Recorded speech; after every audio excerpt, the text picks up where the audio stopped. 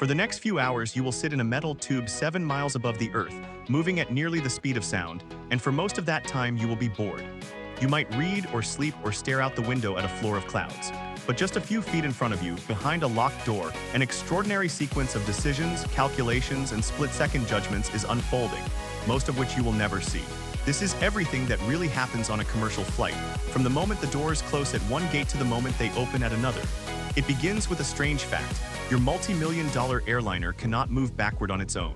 A jet engine only pushes air one way, so to leave the gate, a small but powerful tractor called a tug physically shoves the entire aircraft backward onto the taxiway. As this happens, the pilots begin waking the machine up. Deep in the tail, a small jet engine of its own, called the auxiliary power unit, is already running, providing electricity and air. That air is used to spin the giant main engines up to speed, and one by one, fuel is introduced, and the engines light and settle into a low, patient idle. In just a few minutes, an aircraft that was silent and dark becomes a living machine, fully powered, breathing, and ready to move under its own thrust for the first time.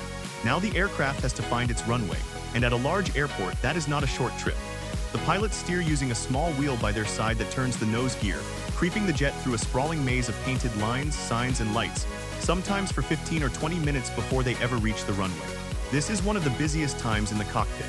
The crew is reading back complex instructions from ground control, cross-checking their position on the airport map, running through checklists, and setting the flaps, those movable panels on the wings that will give the aircraft extra lift for takeoff. Many airlines even shut down one engine during this long taxi to save fuel, restarting it only as they approach the runway. Then comes the moment everyone has been building toward. The aircraft turns onto the runway, lines up with the center line, and stops. For a few seconds, everything is still. The captain pushes the thrust levers forward, and the engines spool up to a controlled roar. The aircraft begins to accelerate down the runway, and now the most critical numbers of the entire flight come into play. As the jet gathers speed, one pilot calls out reference speeds that were calculated before departure based on the aircraft's exact weight, the length of the runway, and the temperature of the air. The V1, this is the decision speed, and it is the true point of no return. Below V1, if an engine fails or a warning light flashes, the crew can slam on the brakes and abort the takeoff safely. But the V1, that option is gone. There is no longer enough runway left to stop. From that moment, the crew is committed to fly, even if an engine fails a heartbeat later. It is one of the few moments in modern life where a decision genuinely cannot be taken back. Just after V1 comes the next call, rotate. At this speed, known as VR, the pilot pulls gently back on the controls, and the nose of the aircraft lifts toward the sky. The wings, now meeting the rushing air at a steeper angle, generate enough lift to overcome the entire weight of the machine, and hundreds of tons of metal, fuel, and people leave the ground. But the crew is not safe yet.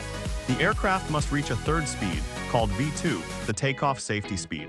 This is the speed at which the jet can still climb away safely even if one of its engines completely fails. The whole takeoff is engineered around that worst case. Once the aircraft is climbing and clearly flying, the captain calls for the landing gear to be raised. With a low rumble and a thud, the wheels fold up into the belly, the aircraft grows sleeker, and the climb begins in earnest. In the first few minutes after takeoff, the aircraft is still in a delicate state, low, heavy, and slow. As it accelerates, the pilots retract the flaps step by step, cleaning up the wing until it is a smooth, efficient blade built for speed rather than lift. The engines are working near their maximum, and the aircraft climbs steeply, sometimes rising more than 2,000 feet every minute. Air traffic control hands the flight from one controller to the next as it passes through their invisible blocks of sky, each controller responsible for keeping this aircraft safely separated from every other one around it. The city shrinks below, the horizon curves ever so slightly, and the crew settles in for the long, steady climb toward the thin air where this machine was truly designed to live. Most airliners level off somewhere between 35,000 and 40,000 feet, roughly 7 miles up. And there is a beautiful piece of physics behind that number. Up here, the air is only about a quarter as dense as it is at sea level. That thin air means far fewer molecules striking the aircraft every second, which means dramatically less drag holding it back. Less drag means the engines can push the jet through the sky using far less fuel, and over a flight of several hours, that saving is enormous. Flying high has other gifts too. It lifts the aircraft above most of the weather, the storms and turbulence that churn in the lower atmosphere. And it lets pilots ride powerful rivers of wind called jet streams, which can add 100 miles per hour or more to the aircraft's speed across the ground. There is a limit though, climb too high and the air becomes too thin for the wings and engines to work well. So the cruising altitude is a finely tuned compromise, the sweet spot where the machine is at its most efficient. At cruise, the aircraft is moving astonishingly fast. A typical airliner settles at around 82 to 85% of the speed of sound, a figure pilots call Mach 0.85. At that altitude, that works out to somewhere near 560 miles per hour. Yet inside the cabin, it barely feels like you are moving at all, because there are no nearby objects flashing past to give your senses a sense of speed. The aircraft does not simply hold one altitude the entire way either. As the flight burns through its fuel, it grows lighter, and a lighter aircraft flies more efficiently a little higher. So on a long flight, the crew will often climb in gentle steps, moving up 2,000 feet at a time as the hours pass, chasing that ever-rising sweet spot of efficiency across the sky. Cruise is usually smooth, but it is not always calm. The atmosphere at altitude is full of invisible movement, rising columns of air, shifting winds, and the turbulent edges of distant storms. In the nose of the aircraft sits a weather radar that paints a picture of the rain and storm cells ahead, glowing on the pilot's screens in greens, yellows, and reds. When a towering thunderstorm stands in the flight's path, the crew will ask air traffic control for permission to steer around it, sometimes adding many miles to the route rather than flying through violent weather. But the trickiest kind of turbulence gives no warning at all. Called clear air turbulence, it happens in a cloudless sky, often near those fast-moving jet streams, and the radar cannot see it. This is the real reason cabin crews urge you to keep your seatbelt fastened even when the sky looks perfectly calm. A smooth flight can, without warning, drop into a stretch of rough air for a minute or two. To the passengers, it feels alarming. To the aircraft, built to flex and absorb far more force than this, it is simply a bump in the road. All of this movement happens inside a vast, invisible system of order. The sky is not open space where aircraft wander freely. It is carved into sectors, each watched over by controllers who guide every flight through their patch and then hand it off to the next, like runners passing a baton across the country. Aircraft follow defined airways, highways in the sky marked by radio beacons and waypoints, kept carefully apart in height and distance so that no two ever occupy the same piece of air. But over the great oceans, something changes. Out there, far from land, there is no radar coverage at all, and controllers cannot see the aircraft on a screen. Instead, flights crossing the Atlantic and Pacific are slotted onto organized tracks and separated by time and position, reporting their location as they pass invisible points on the map. It is a system built on discipline and trust, and it is why thousands of aircraft can share the same sky every single day, at nearly the speed of sound, and almost never come close to one another. Here is where most people misunderstand flying. During cruise, the pilots are almost never hand-flying the aircraft. Instead, the autopilot holds the heading, altitude, and speed, following a route programmed into the flight management computer before departure. But this does not mean the pilots are relaxing. Their job has shifted from flying to managing. They are constantly monitoring the engines, the fuel, the weather ahead, and their position, always thinking one step in advance, always asking what they would do if something failed right now. They coordinate with controllers, calculate fuel reserves, and plan for airports they could divert to if needed.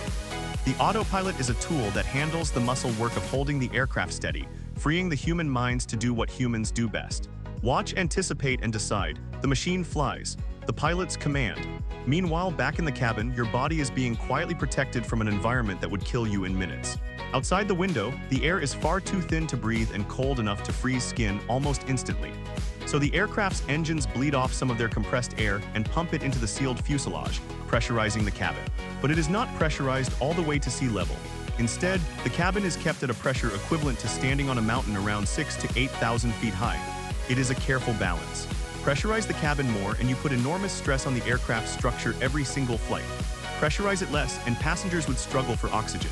That faint stuffiness you sometimes feel, the slight fatigue on a long flight, is your body responding to that gentle mountain altitude, held steady around you by the machine while the real world outside remains utterly lethal. Long before you feel the aircraft going down, the descent has already been decided. The flight management computer is constantly calculating a single invisible point in the sky called the top of descent. This is the precise place, often more than 100 miles from the destination, where the aircraft must begin coming down in order to arrive at exactly the right height and speed for landing. And here is the surprising part. When that point arrives, the pilots often pull the engines back nearly to idle, and the aircraft begins a long, gradual glide toward the airport. For much of that final 100 miles, a machine burning thousands of pounds of fuel per hour becomes something much closer to a giant, precisely guided glider, trading its altitude and speed back for distance, descending on a carefully calculated slope toward the ground. As the aircraft descends into the busy airspace around the airport, it follows a published arrival route, a kind of standardized off-ramp from the highways of the sky that funnels dozens of flights smoothly toward the same runway. The flaps come back out, extending from the wings to give the slowing aircraft the lift it needs at low speed, The landing gear drops back down and locks into place. Then the aircraft intercepts one of the most important tools in all of aviation, the instrument landing system. From the ground near the runway, two radio beams are broadcast. One tells the pilots whether they are lined up left or right of the center line. The other tells them whether they are too high or too low on the correct descent slope. Following these two beams, the crew can guide the aircraft down a perfect invisible path in the sky, all the way to the runway, even when clouds or fog hide it until the very last moment. In the final seconds, just above the runway, the pilot gently raises the nose in a maneuver called the flare, slowing the descent so the main wheels kiss the ground rather than slam into it. The instant the wheels touch, several things happen at once. Panels called spoilers spring up on top of the wings, killing the lift and dropping the aircraft's full weight onto its tires. The engines roar again, but this time in reverse, redirecting their thrust forward to help slow the machine down. And the brakes bite, often controlled automatically to deliver exactly the right amount of stopping force. And when fog makes the runway impossible to see, the aircraft can do something remarkable. It can land itself, the autopilot flying all the way to touchdown along those radio beams while the pilots simply monitor, ready to take over in an instant. In just a few thousand feet, a machine that was hurtling along at more than 150 miles per hour slows to a gentle walking pace. The journey is not quite over. The aircraft turns off the runway and begins the long taxi back through the airport, now just one more machine weaving through the ground traffic toward its assigned gate. It rolls to a precise stop, the engines spin down into silence, and the auxiliary power unit in the tail takes over once more, keeping the lights and air running as the giant engines finally rest.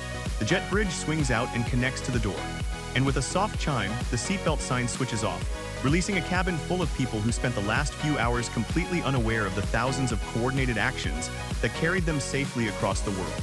So the next time you settle into your seat, bored and waiting for a drink, remember what is really happening around you.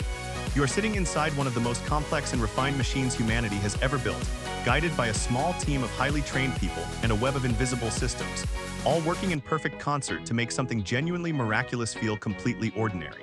That more than anything is the real achievement of modern flight. Subscribe for more of what really happens behind the scenes of aviation.